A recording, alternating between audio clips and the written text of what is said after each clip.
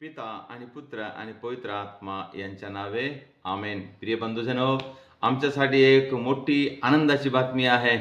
आम्ही ज्या गोष्टीसाठी वाट पाहत होतो आणि ज्याची आम्ही आतुरतेने वाट पाहून आमच्या पोपसाठी आपण वाट पाहत होतो, ती घटका आलेली आहे. हाबेमुस पापाम, म्हणजे आम्हाला एक नवीन पोप मिळालेला आहे. आम्हाला आणि संपूर्ण जगाला एक पोप आहे. हे एक सांगणार एक शब्द आहे, हामेबुस पापाम. प्रियजन हो, काल संध्याकाळपर्यंत आम्ही खूप आतुरतेने वाट पाहिली, संपूर्ण जगाने वाट पाहिली आणि व्हॅटिकनमध्ये सर्व लोकांचा जमाव झालेला होता आणि सफेद धुयाची वाट पाहत बसलेल्या सर्व लोकांना काल व्हॅटिकनच्या वेळेनुसार काल 6:07 सफेद धुवा निघून आम्हाला एक मोठा आनंद दिला आणि त्या आनंदासह संपूर्ण जग खरोखर आनंदामध्ये काल होतं आणि आनंद मिळाला. आणि भारतीय वेळानुसार 9:39 आम्हाला ते ऐकायला मिळालं. कार्डिनल डीकन डोमिनिक मांबेर्टी यांनी घोषणा केली, पोपची घोषणा केली. नवीन पोप आम्हाला मिळाला.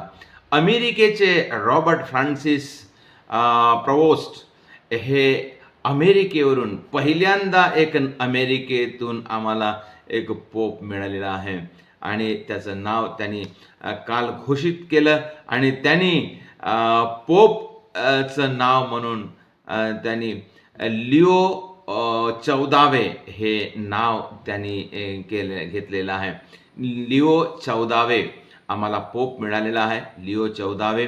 आणि आम्हाला एक फार भाग्याची गोष्ट आहे, आनंदाची गोष्ट आहे की आम्हाला एक पोप मिळाला आणि त्या पोपद्वारे आमचं संचालन होईल. आणि ख्रिस्ती धर्मासाठी, कॅथलिक धर्मासाठी एक मोठी भाग्याची गोष्ट आहे की देवाने हे बनवलेल्या पद्धतीनुसार आम्हाला 267वा पोप मिळालेला आहे, ज्याने संपूर्ण विश्वाचं एक कारभार त्याने आपल्या खांद्यावर घेतलेला आहे.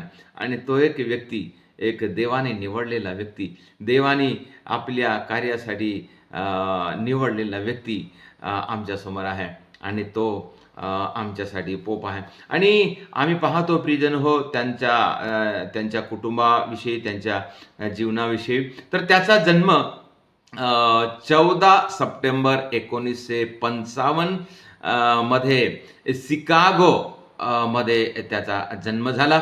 आणि त्याचे आईवडील आर्डन आणि नोबेल प्रोवेस्ट हे एक भक्तिवान कुटुंब होतं, आदर्श कुटुंब होतं आणि त्यांनी खरोखर आपल्या मुलांचं त्यांनी सांगोपन केलं, भक्तीमध्ये सांगोपन केलं. आणि प्रियजन हो, मला इथं म्हणायचं आहे की जेव्हा एक पोप एका कुटुंबातून तयार होतो किंवा देव निवडतो, किती भाग्याची गोष्ट आहे, किती भाग्याची गोष्ट आहे. प्रियजन हो, प्रत्येक जणाला देव निवडतो, संधी देतो आणि आमचं सौभाग्य आहे की देवाने आम्हाला ख्रिस्ती जीवन जगण्यासाठी आम्हाला आमंत्रित केलेलं आहे. आम्ही ख्रिस्ती आहोत, कॅथलिक ख्रिस्ती आहोत.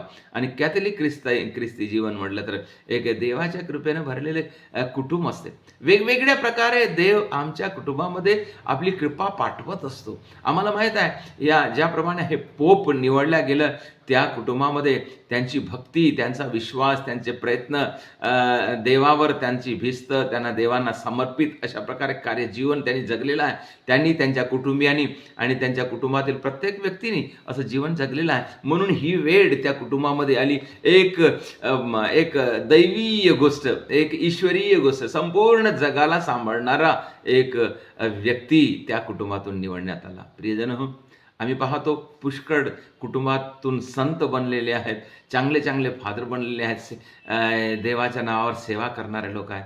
हे खरोखर देवाच्या कृपेमुळे हे घडते, देवाच्या कृपेमुळे घडते. आणि पुष्कळ लोकांना देवाची कृपा आम्हाला वेगवेगळ्या प्रकारे प्राप्त होते. आणि म्हणून आपण आपले कुटुंब, आपले मुलं आणि आपल्या नात्यातून लोकांना आपण खरोखर ख्रिस्ताकडे वळवावं, विश्वासामध्ये समोर येण्यासाठी आम्ही प्रयत्न करावा. आणि म्हणून आम्ही आज पाहतो त्यांच्या आईवडिलांनी एवढं कष्ट केलेलं आहे, विश्वासामध्ये त्यांना वाढवलेलं आहे. फक्त पोप लिओ 14वे यांनाच नाही, तर त्यांच्यासोबत त्यांच्या कुटुंबामधील प्रत्येकांना त्यांच्या आईवडिलांनी अशा प्रकारे त्यांचं सांगोपन केलेलं आहे. आणि त्या सांगोपनाचं, त्यांच्या प्रयत्नाचं एक मोठं फळ, एक पोप, एक विश्वाला सांभाळणारा, एक संत पेत्रुसच्या ठिकाणी ज्याप्रमाणे येशूने घोषणा करून सांगितले की सिमोन बारियोना धन्य तुझी आणि त्याला म्हटलं का मी तुला खडक पेत्र म्हणून घोषित करतो आणि ह्या खडकावर मी माझी मंडळी उभारील आणि तुला स्वर्गाच्या किल्ल्या देतो. त्याचे उत्तराधिकारी म्हणून आज आम्हाला पोप मिळालेले आहेत. खरोखर एक भाग्याची गोष्ट आहे प्रियजन. आपण विश्वास ठेवूया आणि आपण त्यांच्यासाठी प्रार्थना करूया. त्याच्या कुटुंबातील त्यांनी प्रयत्न केलेला आहे, त्यांनी म्हणजे विश्वासामध्ये वाढलेलं आहे, त्याचं फळ त्यांना मिळालेलं आहे. तर त्यांचा जन्म मी सांगितल्याप्रमाणे जन्म 14 सप्टेंबर 1955 रोजी शिकागो येथे झाला आणि एक चांगल्या कुटुंबामध्ये त्यांचे आईवडील आर्डन आणि नोबेल प्रोवेस्ट या कुटुंबामध्ये झाला. ते भक्तिवान होते. त्यांच्या कुटुंबामध्ये एक देवाची कृपा सतत वाढत आहे आणि त्याच्यामुळे ते एक पोप त्यांच्यातून मिळालेला आहे. आणि त्यांचं एक प्राथमिक शिक्षण झाल्यानंतर, त्यांच्या शिक्षणाच्या नंतर त्यांनी फादर बनण्याचा त्यांनी निर्णय घेतला आणि त्यांनी अगस्टिनियन कॉंग्रिगेशनमध्ये त्यांनी प्रवेश केला आणि तिथे त्यांनी आग्रह केला आणि तो मिशनरी कॉंग्रिगेशनमध्ये त्यांनी स्वतःला दाखल केलं. त्याचं शिक्षण होऊन 25 जून 1982 मध्ये ते प्रीस्ट बनले, फादर बनले आणि एका चांगल्या पॅरिशमध्ये त्यांनी चांगली सेवा केली.